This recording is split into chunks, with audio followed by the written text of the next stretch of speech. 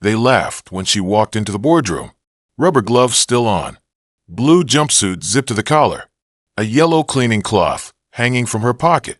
The CEO didn't even bother hiding his smirk.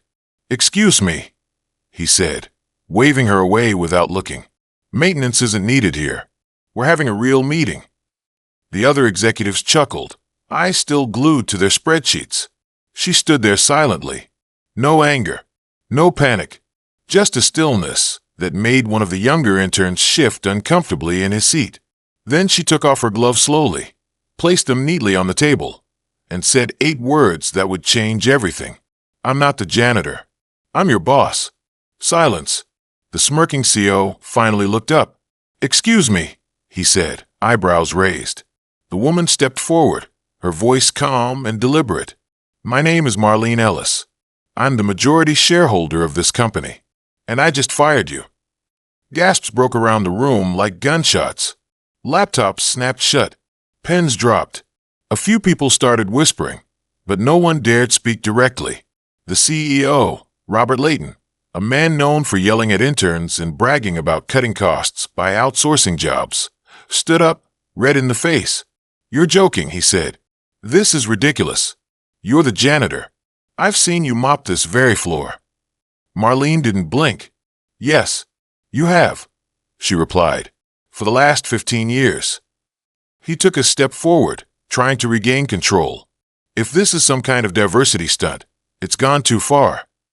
That's when she reached into her back pocket and pulled out a folder. Inside, legal papers, ownership certificates, stock acquisition documents, a signed transfer from the previous founder, stamped and dated, clear as crystal. Robert froze, because he recognized that signature. 15 years ago, when the original founder was dying of cancer, Marlene had been quietly brought into the picture, not as a partner, not as a showpiece, but as someone the founder had mentored, respected, and trusted. Marlene had been the founder's private nurse once, then his personal assistant, and finally, his secret successor. But she hadn't told anyone. Instead, she stayed quiet, working nights, cleaning, listening, because she wanted to know what her company had become from the inside. She watched executives pocket bonuses while staff were laid off. She heard board members laugh about optics when hiring decisions were made. She saw women passed over for promotions, black employees treated like background noise, good people fired for speaking up. And through all of it, she took notes. 15 years of notes. 15 years of building a case. And now she was ready. "Mr. Layton," she said, voice steady as stone, "you've approved over 42 unethical firings, redirected funds, and misrepresented diversity metrics to investors. Your severance has been revoked. Security is waiting downstairs." He stammered. "You can't, this is insane. You don't even have a business degree." Marlene raised an eyebrow. "Actually, I do. I earned an MBA 8 years ago, online, while working night shifts. I paid for it with my janitor's salary."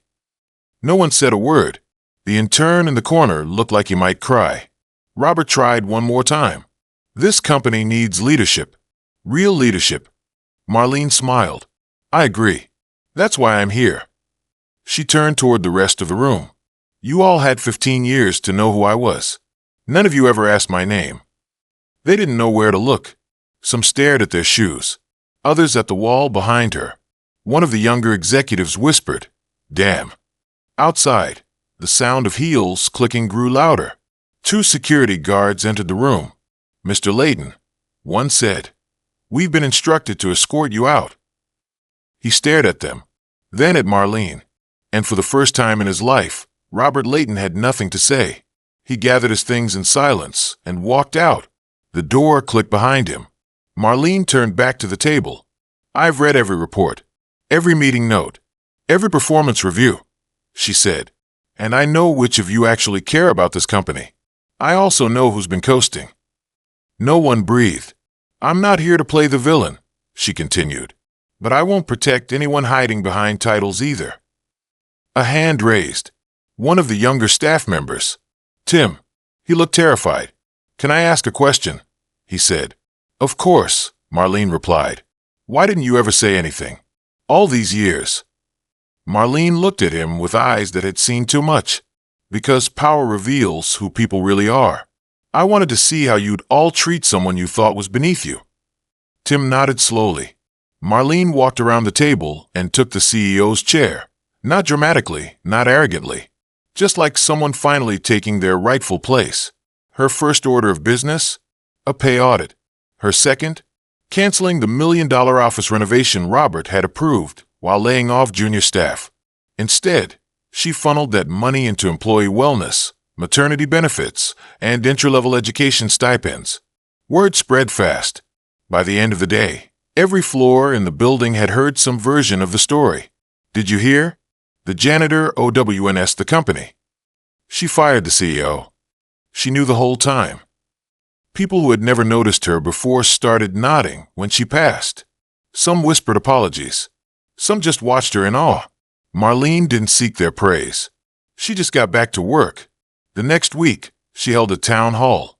No suits. No podium. Just a circle of chairs in the atrium. Every employee, from the mailroom to marketing, was invited. No one was required to speak. But they did. Stories poured out. A single mom who had been denied flex hours. An accountant passed over for promotion, 3 times in favor of less qualified men. A veteran whose PTSD accommodations were ignored. Marlene listened to every word. She took notes, asked questions, and promised change. And unlike every CEO before her, she meant it. She replaced the executive bonuses with team-based performance rewards. She opened mentorship channels that didn't just favor Ivy League degrees. She even created a new anonymous channel for reporting bias or unethical behavior, monitored directly by her. And most shocking of all, she still cleaned.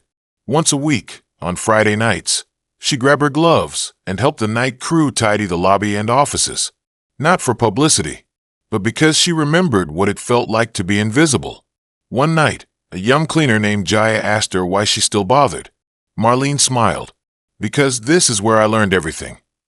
The board tried to push back a few weeks later. They said the new benefits program was too generous. That the anonymous reporting system undermined management. One even had the nerve to suggest Marlene step down and let a qualified external candidate lead the company forward. That meeting didn't last long. Marlene didn't raise her voice. She just asked a single question.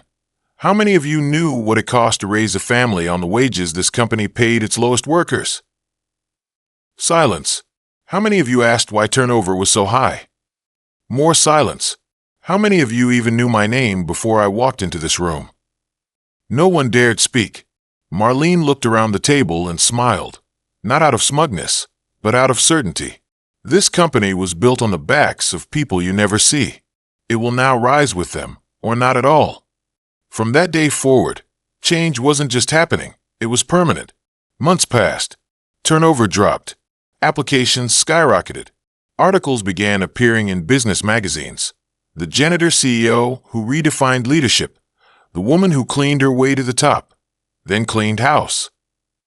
But Marlene didn't care about headlines. She cared about legacy. One morning, she walked into a cafe near the office. The barista, a young woman in her 20s, froze when she saw her. "You're her," the girl whispered. Marlene looked confused. "The janitor who owns the company," the girl explained. Marlene smiled gently. "I'm just Marlene." The girl leaned in. "You made me apply to business school." Marlene paused, then said quietly, "Good. Just make sure you bring someone with you when you rise. Don't climb alone." And she meant it, because she knew what it felt like to walk hallways where no one held the door open, to clean up after people who didn't see you, to hear your name only when someone wanted something. But now things were different, and she had no intention of stopping. In her office, beside her desk, was a framed quote she kept from her first night on the janitorial crew. "Sometimes, the ones cleaning the floor see the cracks before anyone else." It reminded her where she came from, and why she could never forget. She didn't install marble floors or buy expensive artwork for her office. Instead, she added 2 more chairs, just like the one she sat in, so that anyone, intern, receptionist, delivery driver, could sit, talk, and be heard. One Friday evening, just past 9 p.m., she sat quietly near the front doors, watching her building breathe. The night crew walked by. One of them, a young man named Luis, stopped and asked, "Can I ask something?" "Of course," she said. "Is it true you fired the CEO on the spot?" Marlene chuckled softly. "I did." Luis grinned. "Legend." As he walked off, Marlene leaned back and watched the reflection of her building in the glass. 15 years of being unseen. Now, the whole world saw her. But more importantly, others like her were starting to be seen too. A letter arrived the next day. Handwritten. From Robert Layton. He didn't beg for his job back. He didn't insult her. He just wrote, "I had no idea who you were, but I think that was the problem all along." She folded the letter, placed it in a drawer, and got back to work. Because for Marlene, it was never about revenge. It was about reminding the world that leadership doesn't always come from above. Sometimes, it rises from the very ground you walk on. If you've ever been overlooked, underestimated, or pushed aside, let this story be your reminder. You don't have to shout to be powerful. You don't have to fit their mold to be a leader. You just have to know who you are and never forget it. If this story moved you, inspired you, or made you see things a little differently, take a moment to like this video, share it with someone who needs to hear it, and subscribe for more real, powerful stories like this one. You're watching Voice of Black, where the ones they ignore become the ones they remember.